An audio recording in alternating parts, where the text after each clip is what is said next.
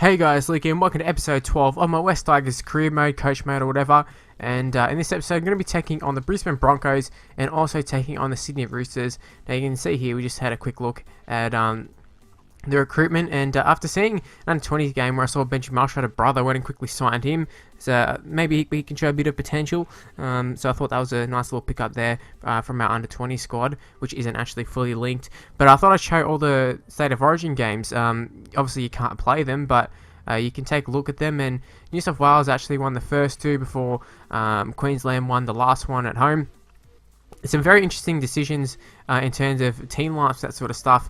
I take a look at them. I believe Adam Reynolds and it wasn't Pearce and Hodkinson in the halves or Josh Reynolds or anybody. I believe Pearce was on the bench for the first two, and I think he might have started in the last one or something. But what's his name? Adam Reynolds was the halfback for one of them, and there was someone else, and Joseph Leilua was in the centres instead of Josh Morris.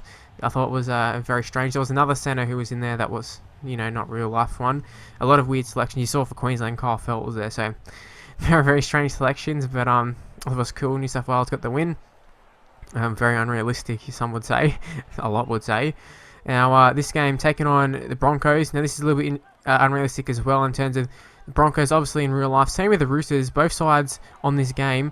I'm not sure if just the stats aren't well or if Origins ripped them apart or what, but in terms of ladder positions, they're not going too good. Especially, I know the Broncos in particular, they're struggling big time. They're outside the 8 at this stage, and I think they're on 20 points. And, we're pretty comfortable in the 8 at this stage. Yet our form, as of late, has dropped off with the increase in difficulty. But, we're picking up, how to play this difficulty and getting the hang of it and that sort of stuff. Just got to bear with us, while it happens. First few seasons, always going to be a bit iffy on this game, and you're going to lose the game from time to time, even with the best side. So like I said, you got to bear with this, but so far a pretty strong start from us, just lacking the polish, I'd have to say. I mean, it's only been 13 minutes in. We've had a fair few clips here. We get another penalty. Been a lot of penalties there, and so they're on the final sin bin warning, so we're looking to try and get the sin bin there, I'd have to say. Now, obviously, a main target for this game is, attack the edges, and that's what we're going to do. And then James Tedesco goes for a little run himself there, and I find if you go for a run from the marker position in that sort of situation, especially if you're close to the line, it's, you go very, very close to scoring. So we're definitely going to take that every time. Especially with Tedesco, who can sort of dance his way through there. Now, we didn't end up scoring from that play before, but what happened was Broncos went down the field, and from a kick turn, we got some pretty good quick play the balls in, that sort of stuff, and then we were on the receiving end of a penalty, which resulted into Josh Maguire getting sin bin, and hopefully we can take advantage of that. I find it's pretty simple to score when they have a person sin bin. As you see there, Chris Lawrence just strolls into that little gap there. Well, not even strolls, just sort of walked his way over. There was that much space there. And unfortunately, Pat Richards couldn't kick the goal. I'm actually really liking goal kicking. It's quite difficult. I remember in the fan hub when they put their little preview out, goal kicking seemed very, very easy, but it's not the case. It is quite hard. Pat Richards, one of the best in the game, missing goals like that from the sideline, so pretty realistic. You'd have to say they don't kick everything. Unfortunately for us, Ben Hunt just palms his way through two plays there. Tedesco being one of them. Been one of our best players this season, and it was very disappointing to see that try, because Ben Hunt's not someone you obviously he players fall for his dummy, but in terms of pushing their way through, definitely doesn't happen. So a little bit of a shame there to have two players miss the tackles, and some of our best players over on that side. So yeah, I was looking for improvement next time, and we nearly get very, very lucky. We nearly strike gold there. The ball ended up hitting the post from a bomb. I think Sirenan put up the bomb and hit the post, fell back down to Keithy Galloway. Unfortunately, Aaron Woods was a fraction in front of us. We threw a forward pass, and there was no try to be awarded, but we went very close, and we are actually down 6-4 at the break, and we're looking to start second half quite strong, which we don't, as Milford just strolled into a gap there. I think it was Milford, and not the perfect way to start the second half, but we did survive, which was the main thing. You don't need to be solid for the whole game. I mean, obviously you want the 80-minute performance, but I mean, as long as you get the win in the end, it's alright for me, I'd say.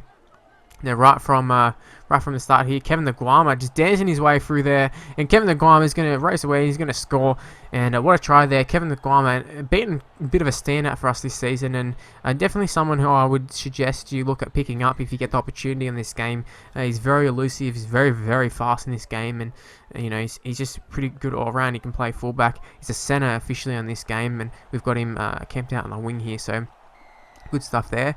Now the Broncos, this is unbelievable. They got their second sin bin of the game. This time, an even worse one than the first one. The first one's a prop you can sort of cover, you think, but a fullback, I mean, that's very, very hard. I mean, just think of how many times teams struggle when, fullbacks go off injured or something and they actually have that 13th man there in fullback, let alone having to drop a player and then sort of shift around players at the same time to accommodate a fullback, or, not even have a fullback, just have first line defence.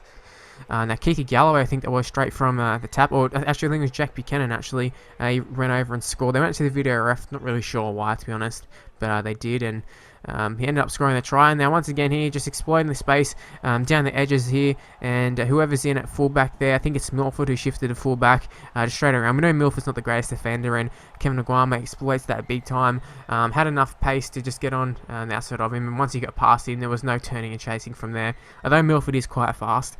And you actually see there, crowd numbers dwindling for the Broncos. I'm not sure if some had already walked out due to the flogging that we're giving them, or if they just didn't actually turn up due to the performance of the side, but you'd like to think that they'd turn up, but I'm just going to go with it being down to our flogging and they've walked out early. Now Jack Reed goes super close there, and he really should have scored, and we got very, very lucky there. They did rule a knock-on. I'm not sure how they came to the conclusion that was a knock-on, considering, he did place it backwards, but we'll take that decision every day of the week. It benefits us greatly here. Now, 77 minutes there, probably Miranda or someone ended up with the ball there. Pat Richards thought he was going over the sideline, threw it back infield, and we're going to actually concede a try here. Justin Hodges, a little consolation try. Actually coming off the bench is Hodjo. Don't really understand that. I think Copley and Reed were the centres in this save, or in this game, whatever. But yeah, very disappointing for I don't know if he's retiring at the end of the season in this, but yeah, considering disappointing to concede a try right on stroke of full time, but we had the game won. That's all we needed. 22-12. That's very, very convincing. Broncos never really in the game once we got that first sin bin, and it was all game over from there. And I'm finding that's something that's a bit of a common theme lately. Just the penalties leading to sin bins, leading to game over for the other side. Now, right here, I just want to talk about this one.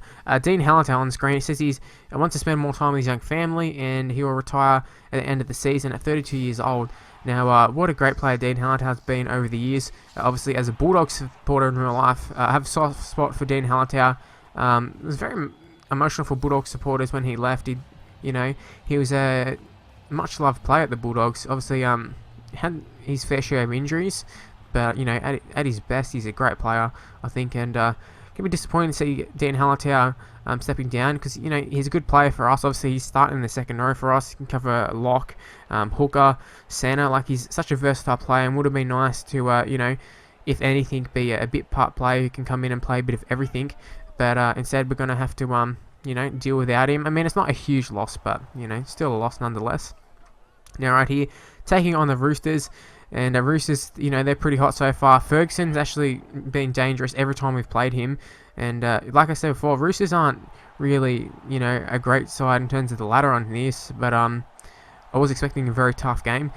But thankfully, Simona starts us off very well. They went pretty wide early on, and we could see that coming for a mile away. I think it was two of us a check through the last ball, and it was just a telegraph from us, really.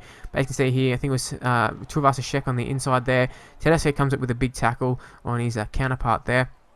But it seems to be the Roosters' game plan, and I wouldn't say it's a bad one. Simona's been caught out by, a few other centres in the game, like Dane Gagai. Pretty much made him his bitch one time when we took on the Knights. So I'd say if I was targeting someone from outside, it would be Simona. But hey, I think Simona's a pretty strong player.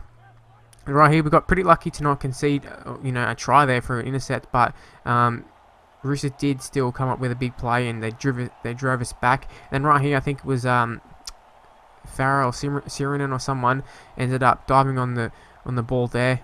Did save a try, but they did get a repeat set, and then as a result, they end up scoring through Aiden Guerra, who sort of encamped himself out in the wing there. And it was actually a good positioning from him. I think it was Tupou who got the offload away.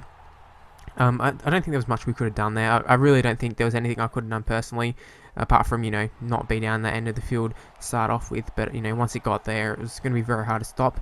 But thankfully they missed the goal, and we still find ourselves in front, which is how I like to play from in front. And we had a chance gone begging there. I think it was Tedesco, just needed to run straight through the gap there. But thankfully Luke Brooks makes up for it.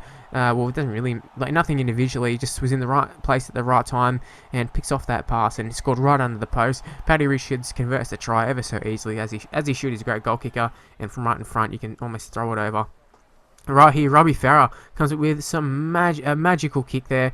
Tuivasa-Sheck is going to go down there.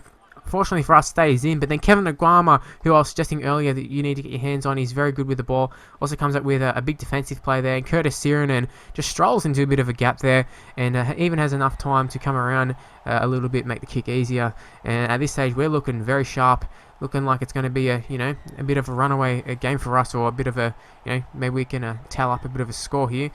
So at 18-4 at half time, I'm definitely liking that.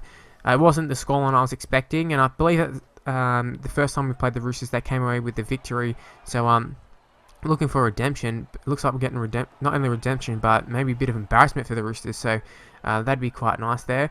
Start of the second half wasn't great, but we did come back pretty strongly. You see Luke Brooks just very, very calm kick there.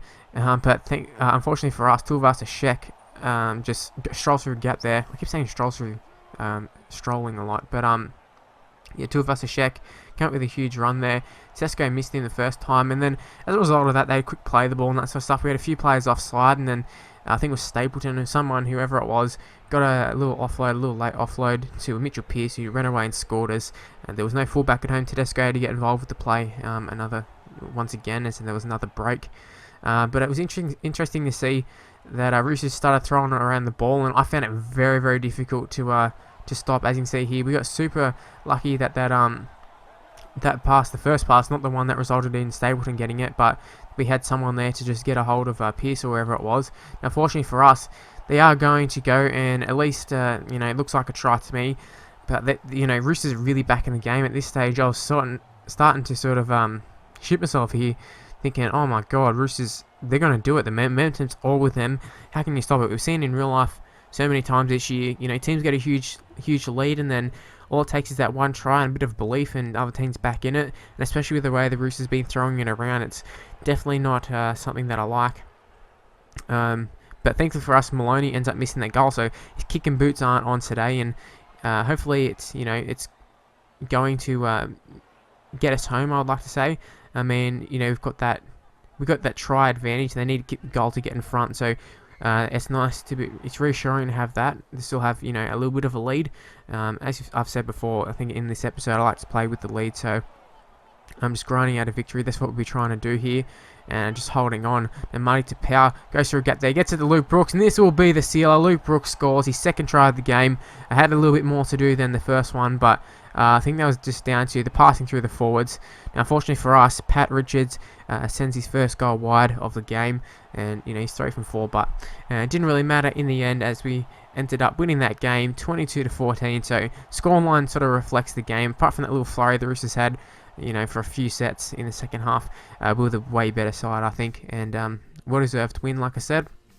Now here's the other games for the last episode. Oh, sorry, the last game for the last round, I should say. Can't even pronounce my words.